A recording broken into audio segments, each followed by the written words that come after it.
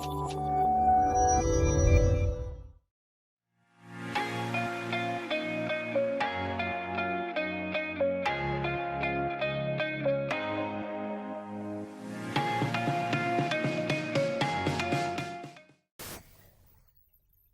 बच्चों, आज के सेशंस में हम सेकंड एक्सपेरिमेंट देखने वाले हैं जो बेसिकली व्हिटन ब्रिज के प्रिंसिपल पे काम करता है। और आज के हमारा एक्सपेरिमेंट जो है वो मीटर ब्रिज का है। बेसिकली हम कह सकते हैं कि metre bridge is a application of Wheatstone bridge. Basic व्यवहार में हम व्हिटन ब्रिज को मीटर ब्रिज के नाम से ही यूज कर सकते हैं। ठीक है, तो चलिए आज का एक्सपेरिमेंट शुरू करते हैं। और याद रखिए कि इस एक्सपेरिमेंट में हमारा उद्देश्य होगा किसी एक अज्ञात प्रतिरोध का मान प्राप्त करना। ठीक है, हमें किसी एक रेजिस्टेंस का मैग्नीट्यूड फाइंड करना है। तो सबसे पहले हम देख लेते हैं कि हम इसके अंदर कौन कौन से इक्विपमेंट यूज़ करेंगे, क्योंकि आपको एग्जाम में सिर्फ हेतु यानी कि उद्देश्य दिया होगा और आपको सारे इक्विपमेंट भी लिखने पड़ेंगे। ठीक है, तो सबसे पहले जैसे कि हमने आगे वाले एक्सपेरिमेंट में भी बात की है कि हम यहाँ पे एक बैटरी एलिमिनेटर यूज़ करते हैं। और बेसिकली आपको एकदम केयरफुली ध्यान रखना है कि इस बैटरी एलिमिनेटर को या तो हम 2 पे यूज़ करेंगे, 2 वोल्ट पे, या तो 4 वोल्ट पे यूज़ करने वाले हैं। उसके बाद हम यहाँ पे एक मीटर ब्रिज को यूज़ करेंगे। अब ये मीटर ब्रिज कैसा होता है, तो कभी इस मीटर ब्रिज में एक मीटर लंबा और तार होता है और उसके ऊपर एक स्केल के ऊपर उसे सेट किया हुआ होता है। मतलब कि ये स्केल की लेंथ भी होगी 1 मीटर और हम मान लेंगे कि इसका जो केबल है उसकी लेंथ भी है 1 मीटर। उसमें 2 रेजिस्टेंस गैप होते हैं, राइट। अब उन दोनों रेजिस्टेंस गैप में से किसी भी एक में, आपके ऊपर डिपेंड करता है कि आपको कौन सा शूट करना है, किसी भी एक में कोई अज्ञात प्रतिरोध को सेट कर दीजिए। जैसे कि हमारे पास ये एक अज्ञात प्रतिरोध था जिसका मैग्नीट्यूड हमें पता नहीं था, हमें इस गैप में इसको सेट करना है। दूसरी गैप होती है, वहाँ पे हमें एक रेजिस्टेंस बॉक्स सेट करना होता है और हमने यहाँ पे 50 ओहम की कैपेसिटी वाला एक रेजिस्टेंस बॉक्स यूज़ कर लिया है। और उसके सेंटर पॉइंट में से एक गैल्वेनोमीटर भी अटैच किया और आप देख सकते हो कि इस गैल्वेनोमीटर की रेंज 30 की है और हमने एक चौकी को भी अटैच कर दिया है। ठीक है, तो ये हो गया हमारा सारे इक्विपमेंट। और हाँ, एक रिहोस्टेट भी हम अटैच करते हो। जैसे कि हमने बात करके रखी थी कि ये जो रिहोस्टेट है उसका काम होता है करंट को कंट्रोल करना। ठीक है, तो चलिए इक्विपमेंट के बाद हम बात करते हैं सर्किट कनेक्शंस की। तो याद रखिए बच्चा पार्टी की सर्किट कनेक्शन इसका काफ़ी इजी है with compare to any electrical experiment. सबसे आसान होता है। सबसे पहले क्या करना होता है, आपको बैटरी एलिमिनेटर के पॉजिटिव टर्मिनल्स में से मीटर ब्रिज के एक टर्मिनल को अटैच करना है। अब मीटर ब्रिज जैसे कनेक्ट होता है तो यहाँ से आपकी जो पावर सप्लाई है वो जाएगी पहली रेजिस्टेंस गैप में। वहाँ पे आपने क्या किया, एक रेजिस्टेंस को अटैच कर दिया है सीधा। वहाँ पे आप जाइए तो आप ऐसा कर सकते हो कि ये पॉजिटिव टर्मिनल था, यहाँ से पावर सप्लाई हो रही है, सप्लाई हुई, यहाँ से सप्लाई होते हुए गई है यहाँ पर, राइट। यानी कि ये हमारा पॉजिटिव टर्मिनल बन रहा है। समझ में आ रहा है? देखिए हमने यहाँ पे पॉजिटिव जोड़ा था तो करंट सप्लाई हुई यहाँ से होते हुए यहाँ, फिर ऐसे घूम के वापस आ गए यहाँ पे और ये बना हमारा पॉजिटिव टर्मिनल। तो जैसे बेटा ये पॉजिटिव टर्मिनल होते हैं तो हमेशा याद रखिए, काफ़ी सारे बच्चों को कंफ्यूजन्स होती है कि गैल्वेनोमीटर को कहाँ अटैच करें, पॉजिटिव टर्मिनल या नेगेटिव।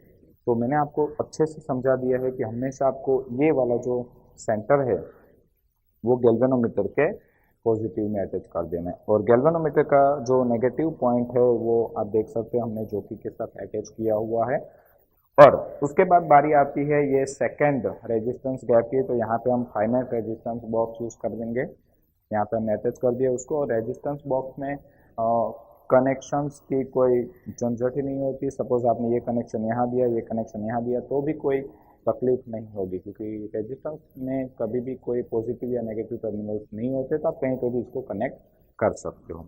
उसके बाद हम गए तो ये मीटर ब्रिज यहाँ पे कंप्लीट हो रहा था, तो यहाँ से मैंने रियोस्टेट को एंटर किया, रियोस्टेट को हम लेके गए नेगेटिव में। तो इसी के साथ हमारी पूरी सर्किट कंप्लीट होती है। एक बार हम फिर से देख लेते हैं। पॉजिटिव टर्मिनल्स गया है मीटर ब्रिज के एक पे, यहाँ से हम गए तो ये सप्लाई कंप्लीट हुआ, ये गैल्वेनोमीटर गया चौकी में। उसके बाद दूसरी टर्म्स पे रेजिस्टेंस बॉक्स जोड़ा है। उसके बाद ये मीटर ब्रिज का एंड टर्मिनल से वहाँ से रियोस्टेट, और रियोस्टेट गया है नेगेटिव में। तो ये हो गया हमारा सर्किट कनेक्शंस का टॉपिक कंप्लीट। अब हम बात करेंगे रीडिंग की। तो याद रखें बच्चों कि इसके रीडिंग काफ़ी इजी है। सबसे पहला पॉइंट ये होता है कि भाई हमें पता चलना चाहिए कि ये जो हमारे पास अज्ञात रेजिस्टेंस है वो कितने ओहम का है। तो सबसे पहले आपको कोई भी पेपर सेटर्स होगा या तो कोई भी टीचर्स होगा जो आपके पास आएगा, आपको पूछेगा भाई सर्किट कनेक्शन कंप्लीट है। आपने बताया कि चलिए भाई सर्किट कनेक्शन एकदम कंप्लीट है, तो सबसे पहले आपको उसको वर्किंग कंडीशंस दिखानी होगी। वर्किंग कंडीशन कैसी होगी, तो कि भाई आपका जो गैल्वेनोमीटर है उसका डिफ्लेक्शंस दोनों साइड होना जरूरी है। अगर आपका डिफ्लेक्शन दोनों साइड हो रहा है उसका मतलब कि आपका जो ये कनेक्शन है वो एकदम रेडी है, करेक्ट है। उसके बाद आप रीडिंग लेना स्टार्ट कर सकते हैं, ठीक है। तो चलिए हम शुरू करके देखते हैं। सबसे पहले हमने बैटरी एलिमिनेटर को शुरू कर दिया है और हमने यहाँ पे 2 वोल्ट पे इस बैटरी को सेट किया है, ठीक है। 2 वोल्ट पे सेट करने के बाद हम क्या करेंगे, इसको हम दोनों साइड डिफ्लेक्ट करके देखेंगे। सबसे पहले यहाँ पे से हम कोई भी एक रेजिस्टेंस निकाले। सपोज मैंने यहाँ पे 10 ओम का रेजिस्टेंस निकाला है, आप देख सकते हो यहाँ पे, ठीक है। अब अगर मैं इसे यहाँ पे चेक करता हूँ तो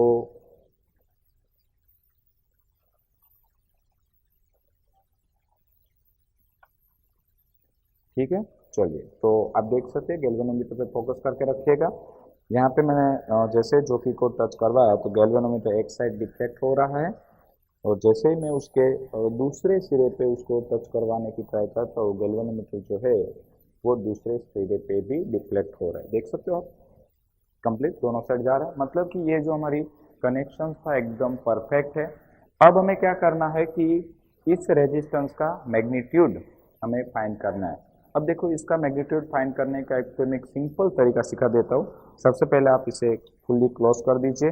यहाँ पर हमने कोई भी रेजिस्टेंस नहीं निकाला और आपको क्या करना है, आपकी जोकी को 50 पे एग्जैक्टली सेट करके रखना है, ठीक है।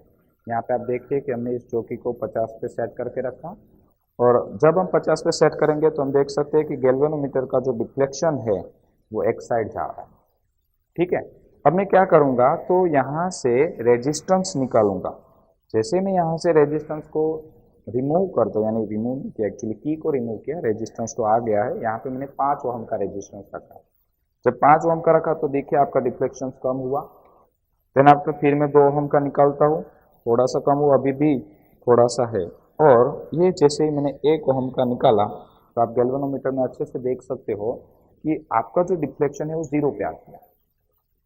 और ये 0 पे आया उसका मतलब ये होता है कि आपके जो दोनों साइड के जो रेजिस्टेंस थे वो इक्वल होने चाहिए, राइट। क्योंकि हम लेते थे R1/R2 is equal to L1/L2, ये हमारा फॉर्मूला हुआ करता था व्हिटस्टोन ब्रिज का। तो देखिए L1 और L2 मैंने दोनों साइड से 50 पे ही रखा है, यानी इस लेंथ भी 50 है, ये लेंथ भी 50 है, यानी L1 is equal to L2। It means R1 is equal to R2। तो यहाँ पे जो रेजिस्टेंस बॉक्स था उसमें से हमने 5, 2 और 8 यानी कि 8 ओम का रेजिस्टेंस हमने सेट किया है। तो डेफिनेटली ये रेजिस्टेंस भी कितना होगा, 8 ओम का। तो ये हो गया, हमें अनडिफाइंड रेजिस्टेंस की मैग्नीट्यूड पता चल गई कि भाई ये जो रेजिस्टेंस है उसकी मैग्नीट्यूड है 8 ओम, ठीक है। ये बेसिकली हमें पता चल गया। अब हमें एक्सपेरिमेंट करना है, तो इस एक्सपेरिमेंट में हमें 3 रीडिंग लेने होते हैं। अब देखो ये जो जब आप रीडिंग लेते हो ना, तो एक चीज को अच्छे से याद रखिए कि आपको रीडिंग लेते वक्त रेजिस्टेंस बॉक्स में से ऐसे रेजिस्टेंस निकालने हैं जो 8 ओम के नजदीक हो। जैसे कि हमारा ये जो रेजिस्टेंस था वो 8 ओम का है, तो हम निकाल सकते हैं सपोज 10 ओम निकाल सकते हैं, 12 निकाल सकते हैं, 6 निकाल सकते हैं, 5 निकाल सकते हैं, ठीक है, समझ में आ रहा है। मतलब हमें 8 के नजदीक रहना है।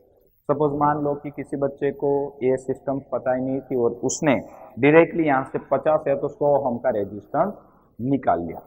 तो भाई जैसे ही 50 या 100 का रेजिस्टेंस निकलेगा तो आपको जो गैल्वेनोमीटर का डिफ्लेक्शन है वो सिर्फ एक ही साइड आपको देखने को मिल जाएगा। अगर आपको चेक करना है तो चलिए करते हैं। ये मैंने 5, 2 और 1 का सेट कर दिया, ठीक है। और आप यहाँ पे नोट कर लीजिए, हम 50 या और ये 20 यानी हमने यहाँ से 70 ओम का रेजिस्टेंस रिमूव कर लिया। अब हम चेक करते हैं दोनों साइड डिफ्लेक्शन हो रहा है कि नहीं। चलिए एक साइड हुआ है, देखिए एक ही साइड हो रहा है। यहाँ पे टच करो डिफ्लेक्शन आपका एक ही साइड जा रहा है, यहाँ पे चेक सेट देखो जा रहा है एक साइड। और अगर आपका जो डिफ्लेक्शन है एक ही साइड जाएगा, उसका मतलब जो आपको रीडिंग सही में मिलना चाहिए वो नहीं मिलेगा।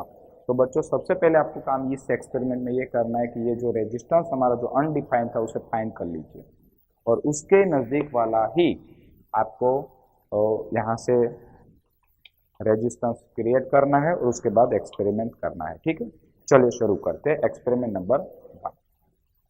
ये 8 का था, हमने यहाँ पे निकाल लेते हैं, सपोज 5 ओहम का निकाल लिया। ठीक है, और 5 ओहम का निकालने के बाद मैं सबसे पहले क्या करने वाला हूँ, यहाँ पे चेक करेंगे दोनों साइड डिफ्लेक्शन हो रहा।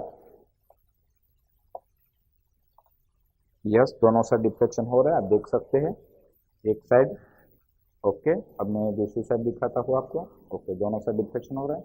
अब आपको रीडिंग लेते वक्त एक चीज एकदम केयरफुल याद रखनी है कि आपको आपकी जोकी को उस साइड से खिसकाना है जहां पे आपने अनडिफाइंड रेजिस्टेंस को सेट किया। ठीक है, जैसे कि मैंने ये रेजिस्टेंस बॉक्स यहाँ पे जोड़ा है, तो मैं जोकी को यहाँ से खिसकाना शुरू करता हूँ। तो आप यहाँ पे गैल्वेनोमीटर पे फोकस रखिए। मुझे इस जोकी को उतना खिसकाना है कि जब गैल्वेनोमीटर का जो डिफ्लेक्शन है वो 0 आ जाए, और ये मैं यहाँ पे ओके आप देख सकते हो कि यहाँ पे मेरा जो डिफ्लेक्शन है वो एग्जैक्टली 0 पे सेट हो चुका है। और एट दैट मोमेंट आप जोकी की पोजीशंस को देख सकते हैं, राइट। और हमारी जोकी की पोजीशन हमने यहाँ से डिफ्लेक्ट होना शुरू किया था तो 62 आया, मतलब हमें L1 मिला है 62 और L2 मिला है 38। ठीक है, तो आप अपने टेबल्स में लिख सकते हो हमारा जो अननोन रेजिस्टेंस था वो था, मतलब जो हमने रेजिस्टेंस यहाँ से निकाला था वो था 5, L1 मिला है हमें 62 और L2 मिला है हमें 38। ठीक है, तो आपको ये डेटा नोट करते जाना है। उसके बाद जब दूसरा एक्सपेरिमेंट करते हैं तो सपोज हमने 5 का निकाला था, अब मैं निकाल लेता हूँ 10 का। ठीक है, और जब हम 10 का निकालेंगे तो फिर से हम चेक करेंगे। देखिए एक साइड जा रहा है डिफ्लेक्शन, अब दूसरी बार हम चेक करते हैं, दूसरी साइड भी जा रहा है, कंप्लीट है।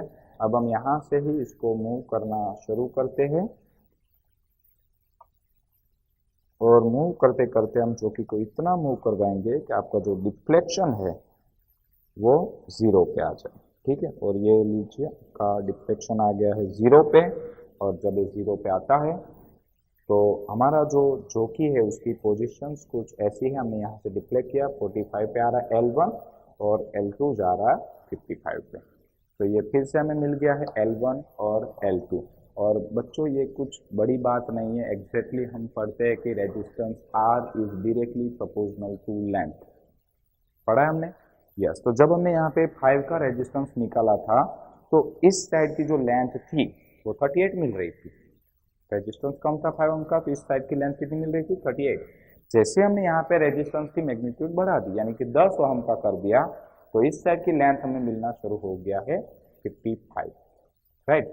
मतलब जैसे जैसे हम यहाँ से रेजिस्टेंस बढ़ाते जाएंगे लेंथ भी इंक्रीज होती जाएगी, रेजिस्टेंस कम करेंगे लेंथ डिक्रीज होती जाएगी। ठीक है, तो ये था बेसिक कंसेप्ट हमारे इस मीटर ब्रिज के एक्सपेरिमेंट का। और इन नेक्स्ट लेक्चर्स हम मीटर ब्रिज के लिए रेजिस्टेंस का सीरीज और पैरेलल कॉम्बिनेशन आपके लिए लेके आएंगे। Technically thank you so much.